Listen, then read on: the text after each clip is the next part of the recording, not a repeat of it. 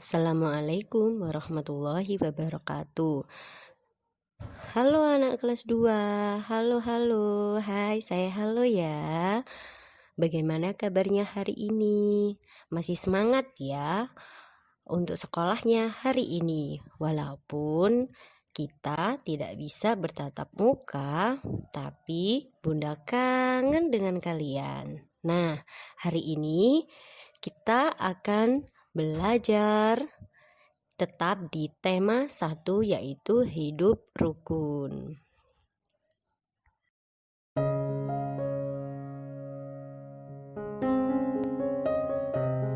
Nah, di pembelajaran kali ini kita akan memasuki subtema 1 hidup rukun di rumah, pembelajaran 2. Yang kemarin kita sudah mempelajari tentang pembelajaran 1. Jangan lupa ya, simak baik-baik dan siapkan buku catatan tematik kalian agar kalian bisa lebih mudah untuk belajarnya. Jangan lupa dicatat yang bagian penting ya. Simak penjelasan dari Bunda. Mari kita belajar bersama.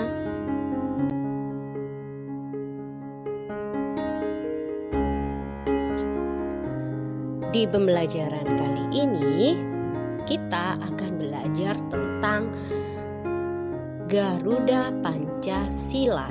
Nah, Garuda Pancasila adalah lambang negara Indonesia. Burung Garuda besar, gagah perkasa. Lihatlah perisainya. Nah, kalian bisa lihat di dada burung Garuda Pancasila ada perisai. Nah, perisai itu apa? Perisai itu memuat simbol dari sila-sila pada Pancasila. Pancasila adalah dasar negara kita. Coba kalian perhatikan, ada perisai di dada burung Garuda ya. Ada 5. Ada perisai dengan simbol bintang, dengan simbol rantai emas, dengan simbol pohon beringin, dengan simbol kepala banteng, dan dengan simbol padi dan kapas. Itu adalah perisai pada burung Garuda.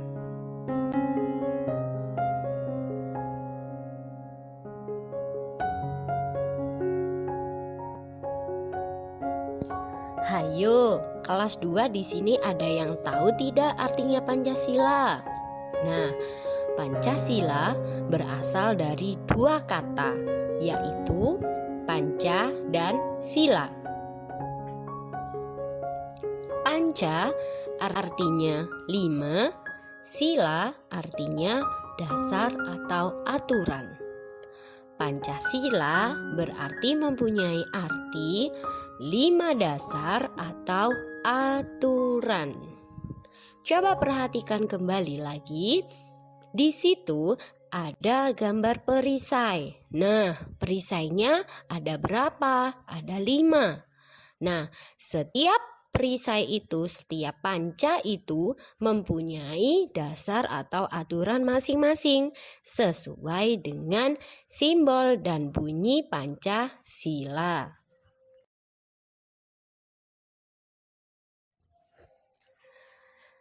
Dari 5 perisai tadi, setiap panca mempunyai bunyi sila masing-masing.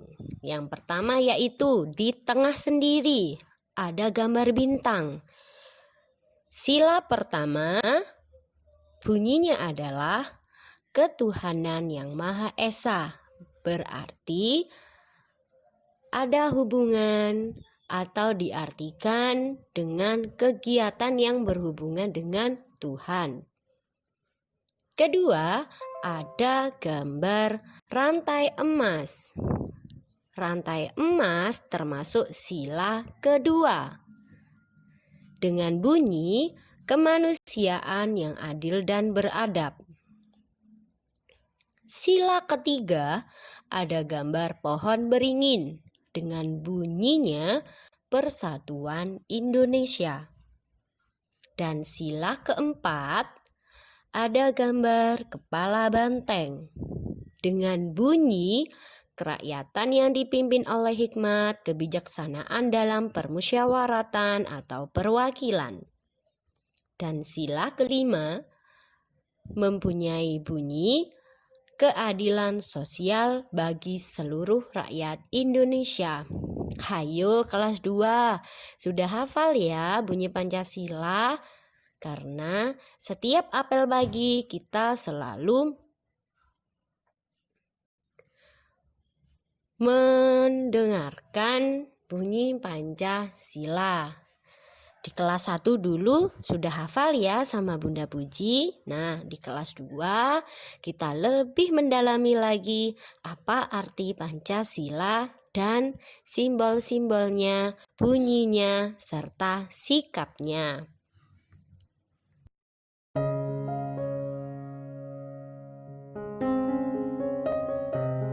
Untuk lebih memudahkan kalian, di sini Bunda menuliskan sila-sila.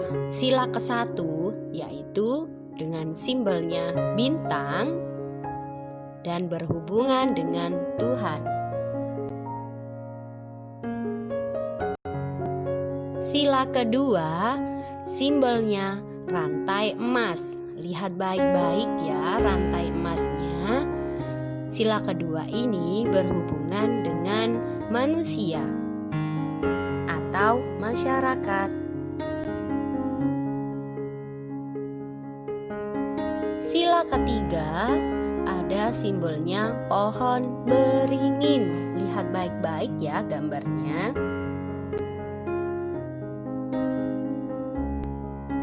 Sila keempat simbolnya kepala banteng.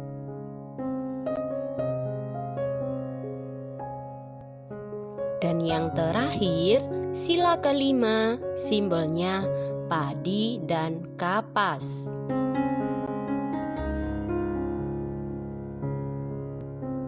Nah, di sini ada contoh penerapan sila pertama Pancasila.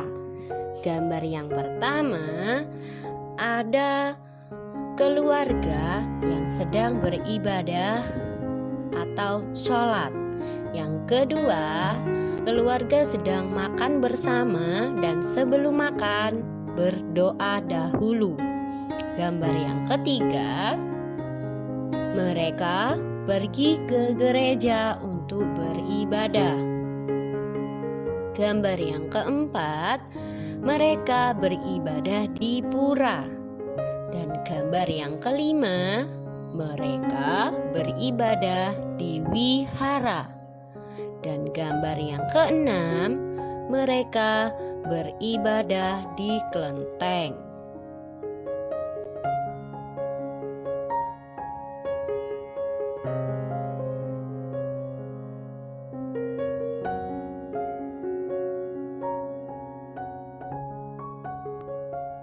Di Indonesia ada 6 agama, yaitu Islam, Kristen, Katolik, Hindu, Buddha, dan Konghucu. Contoh sila pertama yang kita lakukan di rumah. Yang pertama, beribadah bersama keluarga. Dan yang kedua, berdoa bersama keluarga. Dan yang ketiga, yaitu berdoa sebelum makan, sebelum tidur, dan sebelum belajar. Ingat ya, saat berdoa dan beribadah, kita harus bersungguh-sungguh karena kita berdoa kepada Tuhan.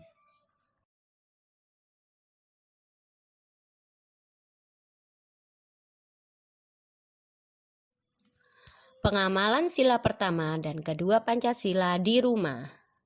Bunda kasih contoh yang lain ya. Yang gambar pertama, ada keluarga mutiara sedang makan bersama di meja makan. Nah, mereka berdoa sebelum makan. Itu merupakan pengamalan sila pertama Pancasila. Dan gambar kedua ada Udin dan adiknya Mutiara.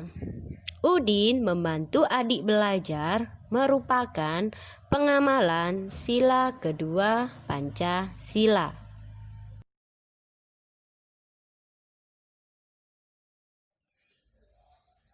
Apakah kamu masih ingat dengan kata ungkapan? Masih ya? Kemarin di pembelajaran 1 kita sudah mempelajari tentang kata ungkapan. Apa itu kata ungkapan? Hayo, ada yang masih ingat? Ungkapan adalah kata yang memiliki arti lainnya. Nah, di pembelajaran 1 kemarin, masih ingatkah kalian arti ungkapan buah tangan dan buah hati? Hayo, siapa yang di sini masih ingat? Buah tangan berarti oleh-oleh dan buah hati berarti anak atau anak kesayangan. Bukan tangannya berbuah ya. Enak dong kalau tangannya berbuah, kita tidak perlu ke pasar buah. Tapi itu salah. Buah tangan itu termasuk ungkapan, bukan tangannya kita yang berbuah.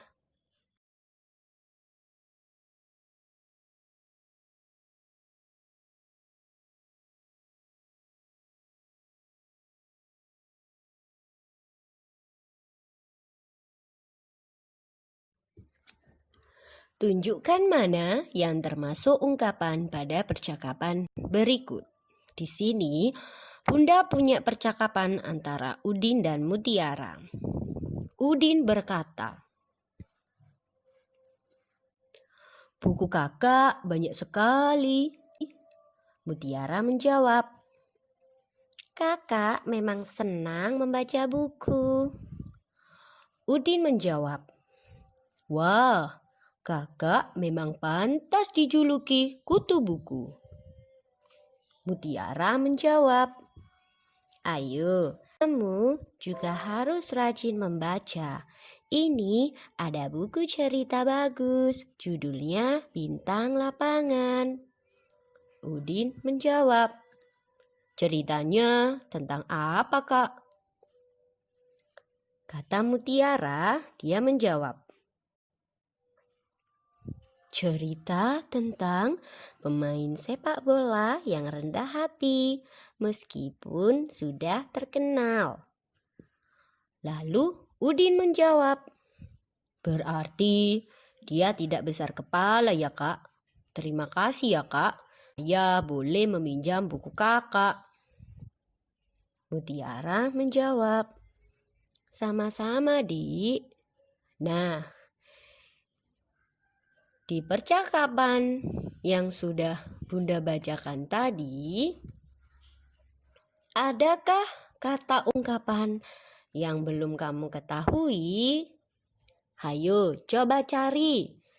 Di mana kata ungkapan itu? Ya, betul. Di dalam percakapan tersebut ada kata ungkapan kutu buku, bintang lapangan, rendah hati, dan besar kepala.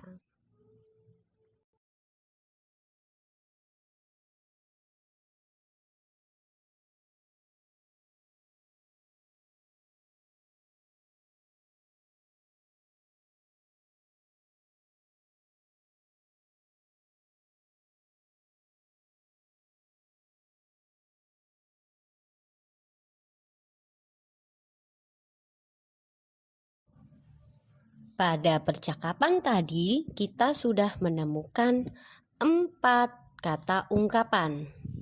Kutu buku, bintang lapangan, rendah hati, dan besar kepala. Kutu buku artinya orang yang suka membaca buku. Contohnya, Dio itu anak yang kutu buku. Artinya, Dio anak yang suka membaca buku. Bukan bukunya ada kutunya ya. Yang kedua, ada kata ungkapan bintang lapangan. Bintang lapangan artinya orang yang ahli dalam olahraga tertentu. Contoh, Susi Susanti menjadi bintang lapangan bulu tangkis. Artinya, Susi Susanti menjadi pemain yang ahli dalam bidang olahraga bulu tangkis. Bukan berarti di lapangan ada bintang ya. Ungkapan yang ketiga yaitu rendah hati. Rendah hati artinya tidak sombong. Contohnya, walaupun Vio juara kelas, ia tetap rendah hati. Artinya, walaupun Vio juara kelas, ia tetap tidak sombong. Kata ungkapan yang keempat yaitu besar kepala. Besar kepala artinya sombong. Bukan kepalanya besar ya, itu kata sifat. Contoh, orang itu besar kepala. Artinya orang itu sombong. Nah, di sini apakah kalian sudah paham yang Bunda jelaskan tentang kata ungkapan? Ada banyak sekali kata ungkapan, termasuknya yang sudah Bunda sampaikan ada kutu buku, bintang lapangan, rendah hati, besar kepala, buah tangan, buah hati, banting tulang. Nah, kalian bisa mempelajarinya lagi ya.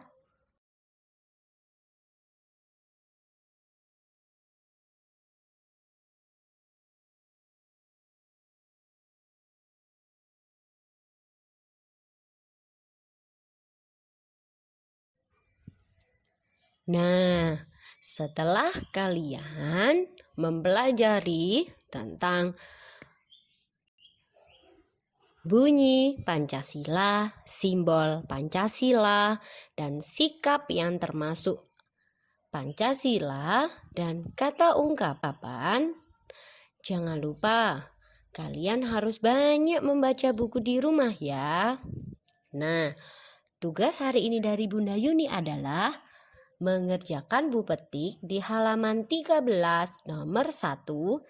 Dikerjakan di buku bu petiknya ya, dengan pensil dan tulis dengan rapi. Nah, di halaman 13 nomor 1 ada lagu Bintang Kejora. Di pembelajaran 1 kemarin,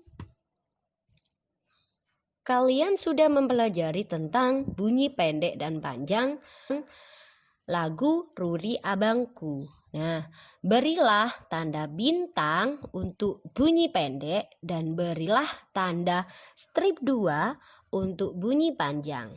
Jangan lupa ya, foto hasil tugas kalian dan kumpulkan di Google Classroom kelas 2.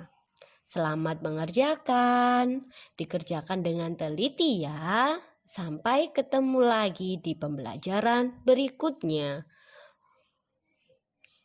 Bunda akhiri, wassalamualaikum warahmatullahi wabarakatuh. Dadah, sampai ketemu lagi kelas 2.